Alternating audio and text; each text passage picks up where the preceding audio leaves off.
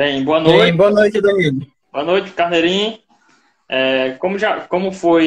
Já foi divulgado anteriormente, hoje nós ficamos de fazer uma live, né? Na verdade, aqui um bate-papo, abordando a questão do folclore, né? Do nosso folclore. Abraço aí, Tiagão, professor Tiago, grande Tiagão. Sobre o nosso folclore, nós vamos falar sobre as lendas urbanas de União, né? As histórias que nós costumamos ouvir dos nossos antepassados. Então, nós escolhemos essa temática das lendas porque é algo que convive com a gente, né? Faz parte da nossa identidade cultural. E as lendas folclóricas, elas representam um conjunto de histórias e contos narrados pelo povo que são transmitidos de geração em geração, né? Então, o Piauí em si, ele é recheado, né, dessas histórias, né, de assombração, né, de encantamento, de almas milagrosas e tudo mais. Entretanto, hoje nós vamos abordar essas lendas urbanas, né, ou mitos urbanos relacionados a encantamento e assombração, né? Essas lendas urbanas, elas são pequenas histórias de caráter fabuloso, né, assombração. E aqui, né, durante nossa pesquisa, eu e o Zé Santana Carneiro, nós encontramos vários relatos, né, de lendas, né, que vagueiam, né, e que fazem parte aí do nosso imaginário. Nós temos algumas histórias, né, algumas lendas, que elas seguem o mesmo roteiro, né, ou seja, são lendas que elas são universais, né, ou seja, são comuns no nosso folclore, como, por exemplo, a lenda do Saci-Pererê, né, do lobisomem, do boitatá. E isso nós temos também representação em União. Então, eu queria dar boa noite aqui ao Carneirinho, né, e que ele começasse, Carneirinho. Alô aí, um abraço aí pro outro Tiago, né, o Tiago Inácio, grande pesquisador de Lagoa Alegre, né, que tem uma página muito interessante sobre Lagoa Alegre, né, aqui abrindo um parênteses, Lagoa Alegre Memórias. Pois bem, Carneirinho, a princípio vamos tratar de uma lenda que ela é bastante comum, acho que em quase todo município do Piauí nós encontramos um relato similar, que é a da porca. Mas não é a porca que come político, não. É a porca, né, a mulher, o homem, uma pessoa que vira porca. Nós temos em União a lenda da Raimunda Cachimbão, que era uma mulher que se dizia que virava porca, né? Carneirinho, comece aí esse relato, né, dessas lendas urbanas de União. Bem, aparentemente o Danilo parece que está com problema na transmissão dele, está travando um pouco. Então, vamos dar seguimento. Boa noite a todos que nos seguem, a todos que acompanham nossas pesquisas, nosso trabalho. Então, como o Danilo acabou de citar, a gente vai falar sobre lendas urbanas hoje. Algumas delas a gente tem como universais, pois tanto tem na nossa cidade, tem em vários locais, mas depende muito do folclore local, então muda um pouco a distorção entre o relato das histórias. Então, aqui em União, a gente ouviu bastante sobre isso. Tempos. A Dama de Vermelho, o Saci-Pererê, o lobisomem, então, entre outros vários. Então, a gente tentou obter com pessoas de mais idades, residentes da cidade, mais detalhes sobre essas histórias. Algumas delas são até bem interessantes e despertam interesse em conhecer mais e mais sobre o relato. Por exemplo, vamos dar entrada sobre a Dama de Vermelho. É uma lenda universal. Todos nós que fazemos estudos e pesquisas sabemos disso, né? Mas aqui na nossa cidade ela tem uma ênfase mais detalhada, ela é um pouco mais unionense no estilo de ser. Na nossa cidade, a Dama de Vermelho ela costumava aparecer em noites, muitas vezes de lua cheia, lá na região do Balão. Aí muitas pessoas que trafegavam tarde da noite por aquele trecho é, viam essa mulher de vermelho pedindo carona, acenando e pedindo carona. Eu vou citar um relato de uma pessoa que eu não vou identificar, que ela me deu um pouco mais clareza essa história. Essa pessoa me contou que uma certa noite precisou ir a Teresina. Isso já tarde da noite. Não especificou fazer o quê. Aí ele disse que saiu da casa dele na região do bairro São Pedro e trafegava de carro tranquilamente, até quando chegou ali de frente do antigo balão Cortiçona, aquele local onde tem o retorno e uma pracinha, ele contou que viu uma mulher muito bonita, trajando um traje vermelho, acenou para ele. Aí ele disse que não se deu conta do horário, de nada, né? Aí parou e perguntou se a mulher estava precisando de alguma coisa, né? Aí ela disse assim, não, eu só quero que você me dê uma carona até minha casa. Aí eu não sei especificar qual foi a reação dele, não sei se porque a mulher era muito bonita, ou se porque... Não dá para saber. Aí ele ofereceu carona, né? Ele disse, não, eu tô indo para Teresina, se você for, sua casa for na direção da capital, eu posso lhe dar uma carona. Ela disse, mas vai dar certinho. Ele disse, pode entrar. Não, o cara não se lembrou nem sequer de perguntar onde ficava a casa da mulher. Aí, no decorrer da viagem e tal, aí quando chegou num certo ponto da estrada, ele disse que notava o carro falhar, algumas coisas bastante incomuns nos trajetos que ele já havia feito anteriormente, né? Aí, mas que não se deu, não deu conta, né? Aí continuou a viagem. Aí quando chegou lá naquele local da PI 112, conhecido por Curva do S, disse que o carro começou a morrer. Começou a falhar, né? Aí ele disse que de certa forma começou a ficar assustado, né? Mas a mulher sempre ali tranquila do lado dele, sem mostrar nenhuma reação, né? Parecia assim, coisa assim normal para ela.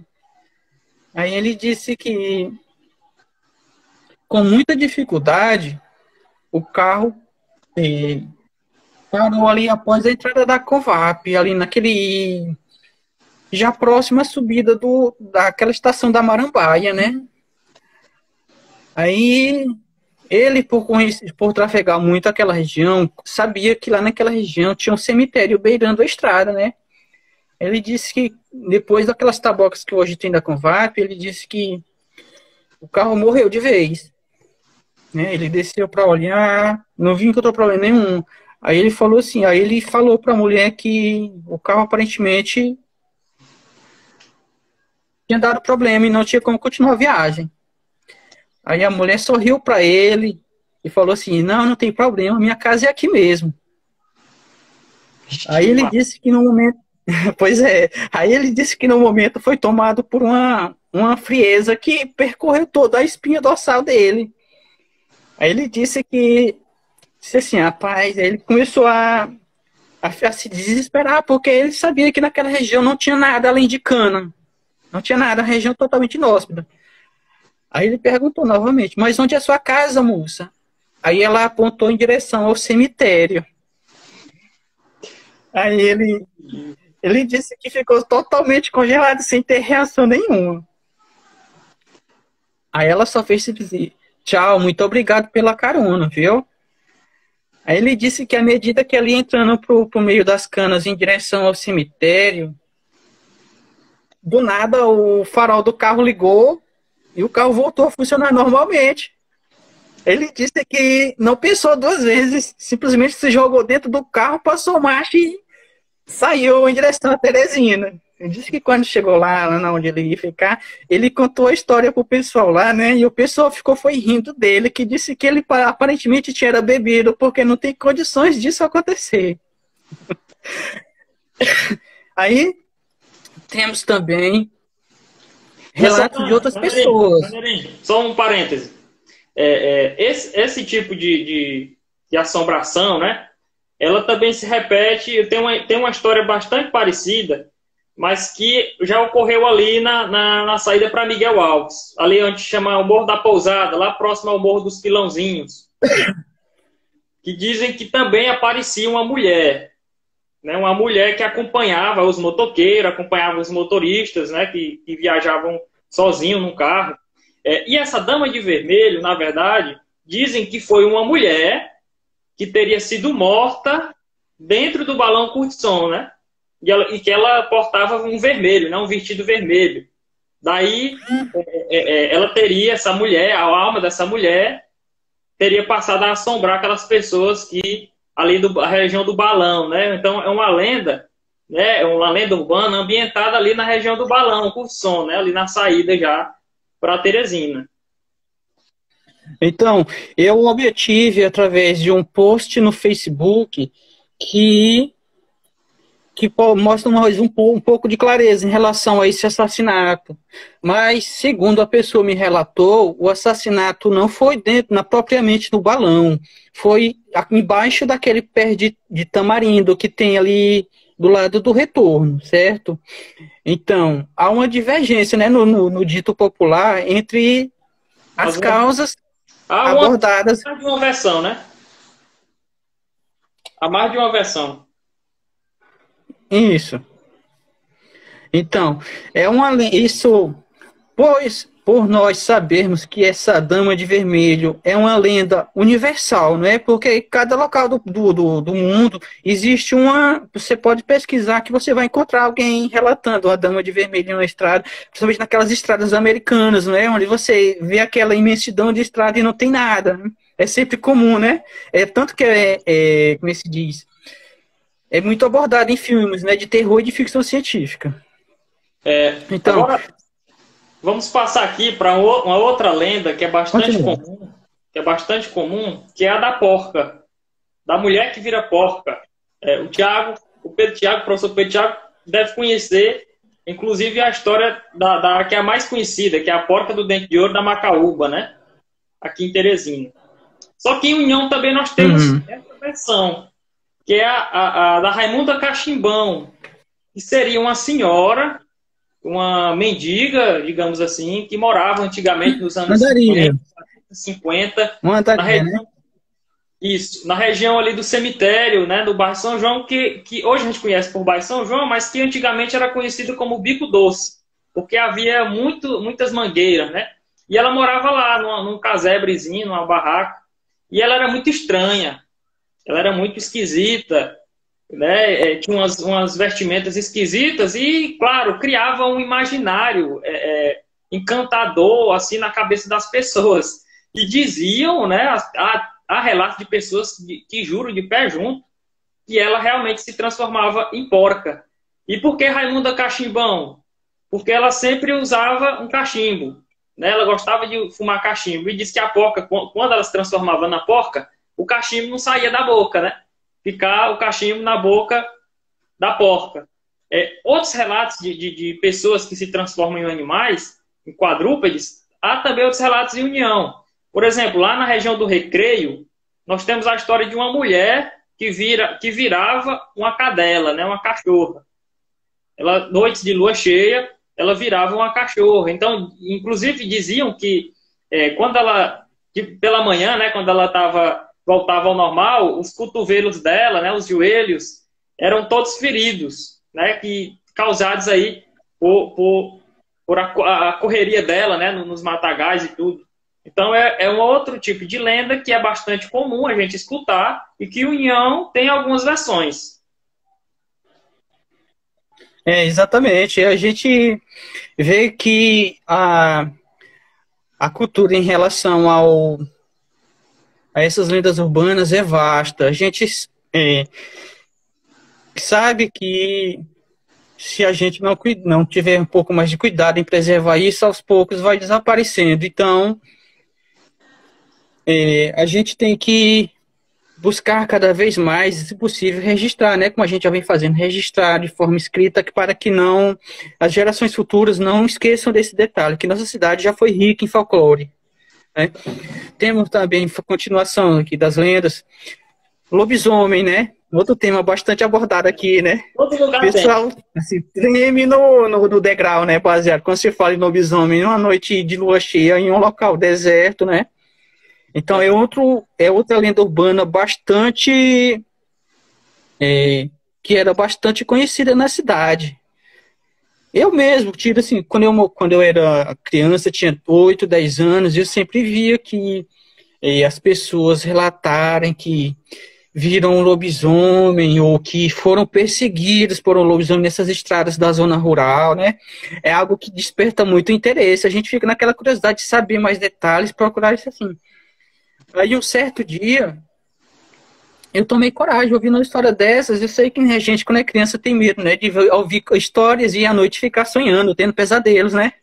É Aí eu verdade. decidi, aí eu decidi por tomar coragem e perguntar como era, assim, como era, o que fazia, essas coisas todas, né? Aí tem adultos que são sérios, né? E contam relato, mas tem outros que gostam de fazer malandragem para assombrar as pessoas, né? Aqui mesmo. Eu posso estar cometendo um erro, né? Mas aqui na minha rua, houve, durante anos, houve relatos de que tinha um senhor que virava lobisomem, o que causava um alvoroço muito grande aqui na rua. A gente ficava bastante temeroso, né? Inclusive, teve pessoas conhecidas que confirmaram essa versão, né? Que ele tinha costume, em noite de Loxia, virar lobisomem. Só virava forma humana já às 5 horas da manhã, mais ou menos. Um vizinho aqui meu, em uma roda de conversa, contou, né, que ia indo para o trabalho dele por volta de 4 horas da manhã, caminhando, né? Ele disse que só viu um vulto ao longe, na rua. Naquela época a iluminação pública era muito carente e quase não iluminava nada. Ele disse que foi trabalhar, né, e ainda aqui pela rua do hospital. Aí ele disse que só viu um vulto ao longe, parecendo uma porca muito grande, né? Mas ele disse que por ser longe, ele, na visão dele, seria uma porca, né? Aí ele disse que foi se aproximando, aí parece que o suposto animal avistou ele, né, caminhando em direção, em sentido, né?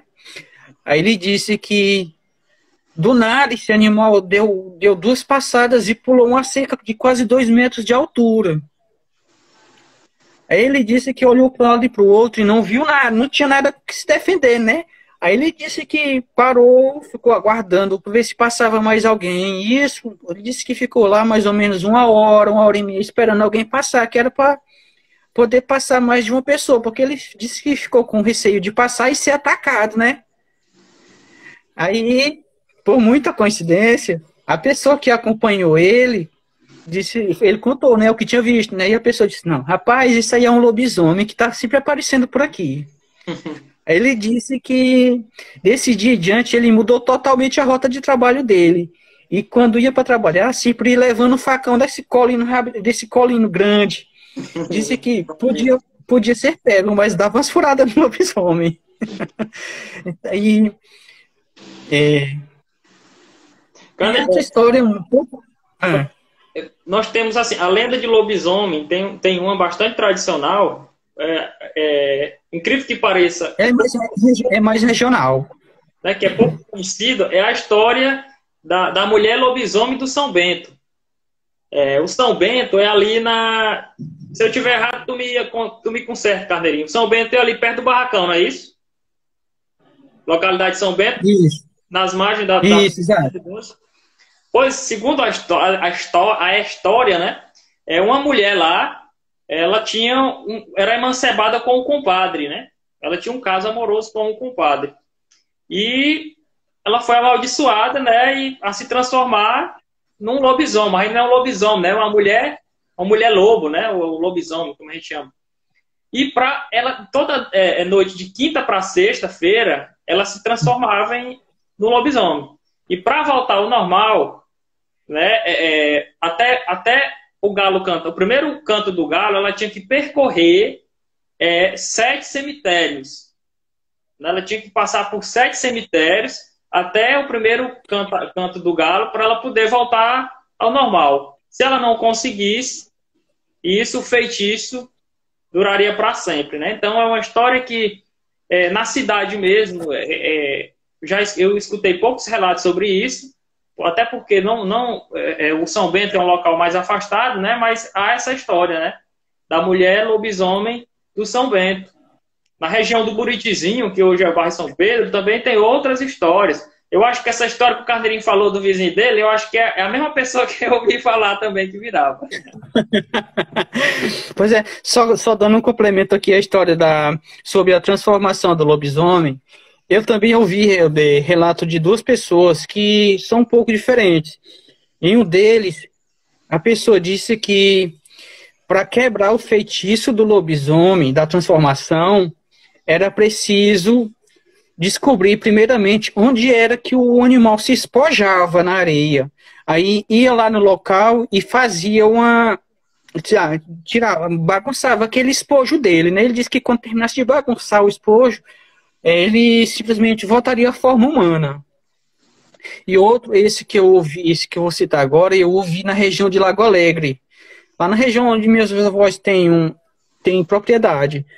Quando um morador lá muito antigo me citou que lá na região havia um lobisomem que costumava atacar animais. Pois, como não achavam uma presa humana, sempre atacar os animais, né? Uma opção. Aí ele disse que uma certa noite ele vinha voltando de uma localidade para casa, vinha caminhando. Só vinha somente com um facão na cintura. E disse que ouviu em uma moita, passou lá e viu como é que se diz? Uma normalidade, né? Muito barulho, a moita mexia bastante. Ele disse que se aproximou aos poucos e viu um vizinho dele se transformando em lobisomem. Aí ele observou tudo de longe lá. Depois que da transformação final, o animal saiu disparado, doido. Acho que à procura de alguma coisa para fazer, de alguma presa, né? Ele disse que no local onde ele fez a transformação, ficou uma camisa dele amarrada com vários nós, né? Aí ele ficou intrigado, né? Porque a camisa tinha tantos nós, a camisa que o suposto transformado tinha, né? Aí ele disse que, perguntando a um vizinho dele, que já tinha uma faixa de 90 anos, contou, né, a história, o que tinha acontecido. Aí o vizinho disse assim: olha, para você ter quebrado o encantamento, você deveria ter desatado todos os nós da camisa. No último nó que você desatasse, a pessoa não se transformaria mais a partir daquele momento. Então, iria ter que caçar. Mas ele disse que o animal sente quando a pessoa está tentando desfazer o encantamento. E volta e procura, acho que pelo faro, não sei exatamente como, que ele não explicou muito bem. O animal vai à procura de quem está tentando desfazer o encantamento. Na tentativa de, antes de acontecer, ele passar a maldição para outra pessoa. Outra temática, outra lenda também que faz parte do folclore brasileiro é a do Saci Pererê. Né? A do Saci Pererê. E União, eu já escutei, eu já ouvi uma história, não sei se o Carneirinho compartilha dessa mesma memória, que na Rua da Cerâmica, ali antigamente, quando não era calçado, né, lá nos anos 70, 80, dizem que se você passasse ali à noite, você pegava uma carreira de um Saci Pererê. É uma lenda que não é muito comum, a gente não costuma escutar essa história em União, mas de vez em quando você escuta uma história dessa. Você tem alguma outra versão, Carneirinho, sobre o Saci Pererê em União? Não, para falar a verdade, eu conheço vagamente a história do Saci Pererê da região da Cerâmica. Hoje não tem mais Saci Pererês, né? Só tem aqueles caras que têm duas pernas e são malas, né? Então, o que eu sei daquela região ali, sobre esse fato do Saci Pererê, foi de algumas pessoas que costumavam ir a festas no antigo Balão Curtição, na Cabana, ou até mesmo na Prisma ali da Rua 7, né? Que quando voltavam caminhando por aquelas ruas, porque segundo naquela época você podia caminhar livremente a qualquer hora, que não tinha quem incomodasse, né? Ele disse que as pessoas diziam que a única coisa que poderia incomodar era um lobisomem, um saci, ou a mula sem cabeça, né? Verdade. Então, aí ele disse que pegou aquela rua ali, da Rua 7, entrando ali onde hoje fica a Assembleia de Deus. Ele disse que subiu aquela rua, passou ali pela região do Conjunto Esperança, para sair lá naquela rua já bem... naquela rua, onde atualmente está sendo construído o balneário do senhor Elton. Aí ele disse que ia sentido o bairro São Pedro, aí ele disse que viu só um mormaço vindo no sentido contrário, só aquele puladozinho, né?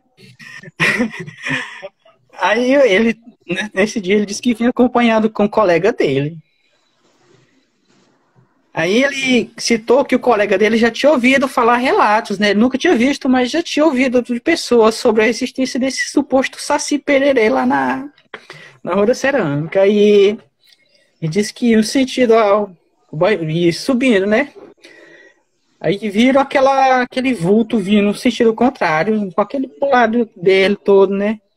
Aí ele disse que quando chegaram mais perto, ele disse que viu aquela arrumação só numa perna. Ele disse que começou a se tremer lá, ficou a tremer as pernas, né? E um amigo dele assim, vixe, cara, eu Saci Pererei. Aí ele disse que ficou mais amedrontado quando o suposto vulto vinha na direção deles em uma rapidez que ele disse que nem quem tinha duas pernas conseguia vir. Ele disse que não pensou duas vezes, foi um para cada lado daquela entrada de rua, entraram mato pra dentro, porque lá naquela época não existia tantas casas, né? Era só mais ou menos mato, mata virgem ainda na época, né? Ele disse que entrava naquele mato, se jogava ali do mato, com medo, né? Então esse foi o relato que eu ouvi sobre a existência do Saci Pererê lá. Complementando, eu também, nesses relatos que eu escutei sobre a existência, né, dessa lenda aqui, é que se esse Saci pegasse a pessoa, ele matava a pessoa fazendo cócegas, né? Fazendo cócegas até matar. Exatamente, isso. Agora, passando para mais um enredo de lendas, nós vamos falar aqui de duas lendas que elas são importadas da região amazônica, que é a do Boitatá, que é a serpente gigante, e a da Mãe d'Água, né, da Mãe d'Água. E nós temos relatos aqui, inclusive o Carneirinho, eu, o Carneirinho e o Francisco Marques, nós, inclusive, chegamos perto do local da Mãe d'Água, né? Ou seja, aqui no Rio quer dizer, nós ficamos sob o local onde supostamente estaria a serpente, né? A serpente e a Mãe d'Água, né? Na localidade Santa Rita, Santa Rosa, que fica ao sul do município de União, próximo ali àquela região do Vale do Cunaré, né, que as pessoas costumam visitar, o Rio Parnaíba ele atinge uma profundidade muito grande. Dizem até que é a maior profundidade que o Rio Parnaíba alcança em toda a sua extensão. Então é um trecho de rio de calha rochosa e muito profundo. Então é tão profundo que o imaginário das pessoas, né, elas acompanham, né, esse mistério daquele trecho de rio ali. Por ser um local ainda preservado, é comum encontrar serpentes grandes, né, grandes serpentes, peixes que atualmente são extintos ali, praticamente são difíceis de pescar, né, como a arenque, né, a tradicional arenque, o surubim, a piratinga. E por ser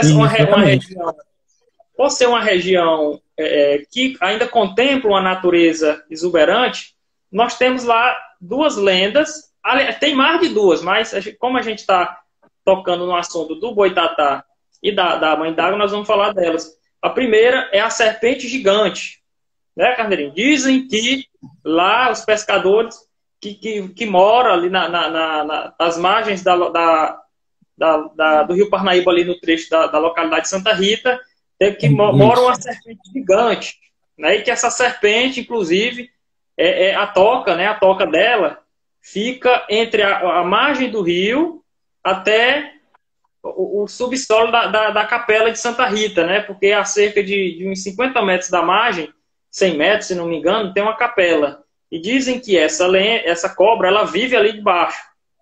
Quem já ouviu a história da baleia gigante lá de Valência, de Aroazes, é a mesma coisa lá da Santa Rita, né? Essa cobra, ela estava adormecida e as pessoas da comunidade rezam, né, pedem aos céus para que essa cobra não acorde e não destrua o povoado, né? A mesma coisa lá da baleia, lá em Valência, né, que é a cabeça ou a cauda está enterrada debaixo da igreja de Valência e a cauda lá de Aroazes, é a mesma coisa lá na Santa Rita, né? Dizem que tem essa serpente gigante, né? Outra lenda também, como lá, é a da Mãe d'Água. Essa, eu mais o Carneirinho e o Francisco Marques, nós fomos até a pedra da Mãe d'Água. Inclusive, o Carneirinho pode confirmar, o pescador não queria nos levar até lá. Não foi, Carneirinho? O pescador... Exatamente. Foi como se diz? É uma história bastante interessante. Não acredito que a gente, na nossa expedição até lá, até o local, como eu posso dizer, muita água na canoa, né? Vixe, Maria.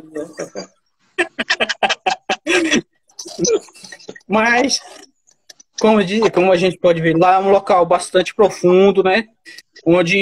E bastante rochoso. Então, é temido pelos pescadores mais experientes, né? Aquele local lá. Infelizmente, a gente não tem muitos detalhes, não tem praticamente quase nenhum detalhes a respeito disso, porque é muito vaga a história. Assim como também não temos muito o que falar sobre o surubim gigante do trecho do Rio Parnaíba, também, que fica já mais próximo à União, né? Tem o mesmo surubim gigante depois da região da Liberdade, já chegando já quase em Miguel Alves. Então, essas histórias são algumas que a gente tem que se aprofundar mais para poder pegar mais detalhes, para poder passar ela de forma mais clara para as pessoas. Então, a gente vai, com certeza, continuar em busca dessa história e vamos trazer elas. Complementando aqui a parte da Mãe d'Água, segundo as pessoas, né, essa Mãe d'Água, ela aparece naquela pedra, é uma pedra que já fica na margem esquerda do rio, ali na margem maranhense, e que de vez em quando essa mulher, metade humano, né, e metade peixe, vai se pentear, se refrescar na pedra. Né? Então chama Pedra da Mãe d'Água. É um local muito esquisito, porque ele fica numa margem de calha rochosa, né, uma grande rocha de acho que mais de 3 metros de altura, né, uma escuridão danada, né, Carneirinho?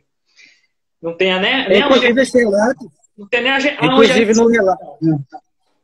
Pois é, inclusive nesse relato da Mãe d'Água, a gente ouviu também que quando ela fica lá, né, sob a pedra, ela fica emitindo um som, tipo assim, tentando chamar os pescadores que estão na região, não é isso? Então, é uma lenda que se assemelha muito à lenda das sereias, né? Justamente. A gente tem, assim, a gente tem uma ligação, assim, que é bem baseada em histórias das sereias que ficavam sob pedras, cantando, tentando, chamando os navegantes para poder hipnotizá-los, né? Justamente.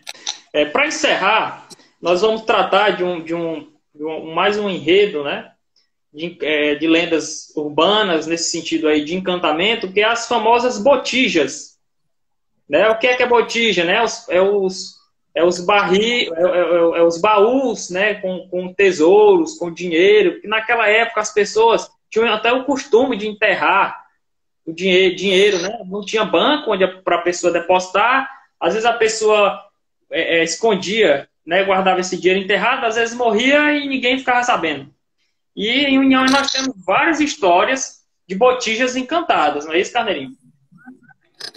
Inclusive, essa relação às botijas, há também a suposição que os ricos que resolviam deixar esse tesouro escondido eram assim, mais ou menos por duas razões. Por ter uma família rica e não querem deixar aquele valor para os familiares, eles preferiam deixar com botija e indicar para alguém que fosse pobre, que realmente precisasse, para poder ver se a pessoa era mesmo digna de receber aquele tesouro, né? Inclusive, temos um relato verídico, preste atenção, sobre a existência de botijas aqui em União. Mas, para não ficar sem graça, esse relato só vai ser exclusivo do nosso livro. Verdade.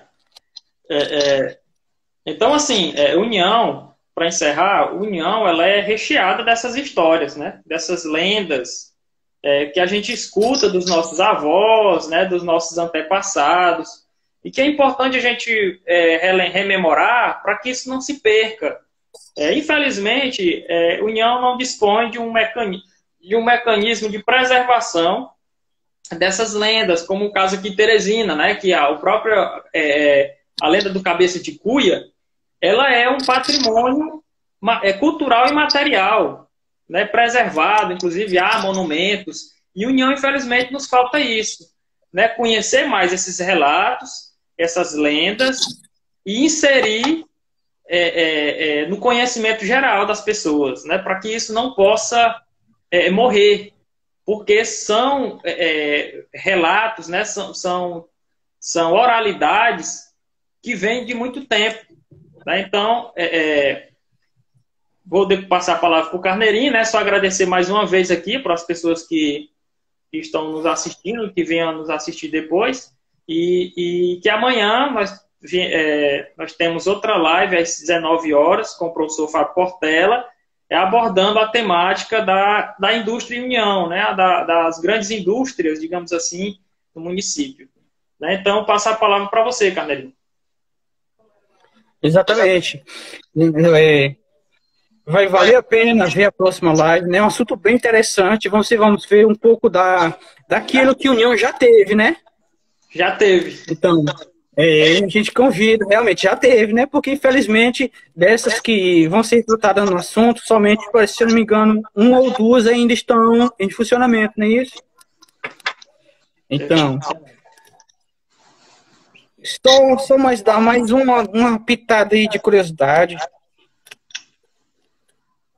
Nós temos um outro relato, pode dizer assim, verídico, por membro da nossa equipe sobre supostas aparições de almas e vultos em um certo local da cidade. Só que já sabemos que tem coisas que a gente não pode falar, né? Porque a gente, mesmo com a intenção de informar e de passar as curiosidades para as pessoas, nem sempre todos entendem assim. Então a gente corre risco de ser processado até por estar passando essas informações com a desculpa de que a gente está causando medo, causando essas coisas. Então a gente vai deixar para falar mais detalhadamente também no livro, sobre essas e outras histórias que a gente está preparando. Carneirinho, aproveitando aqui um gancho, eu quero combinar aqui com você para a próxima semana a gente fazer uma nova live agora com a temática dos OVNIs, né, dos aparelhos, lá falando um pouco sobre a Unilan, né, que é importante também, que não é lenda, mas é uma história, são histórias. Então, já deixo aqui o convite, né, para a próxima semana nós fazermos uma live abordando essa temática, né? Como você disse, histórias tem muito, né? Temos além das lendas, as almas milagrosas, que nós também vamos tratar aqui em uma futura live, não é isso? Temos contos e relatos de populares sobre um pouco do cotidiano, do estranhado até atualmente, né? Então tem muita história que vai valer a pena ficar assistindo. Valeu, Danilo, até a próxima live. Boa noite aí a todos, obrigado. Boa noite a todos, obrigado.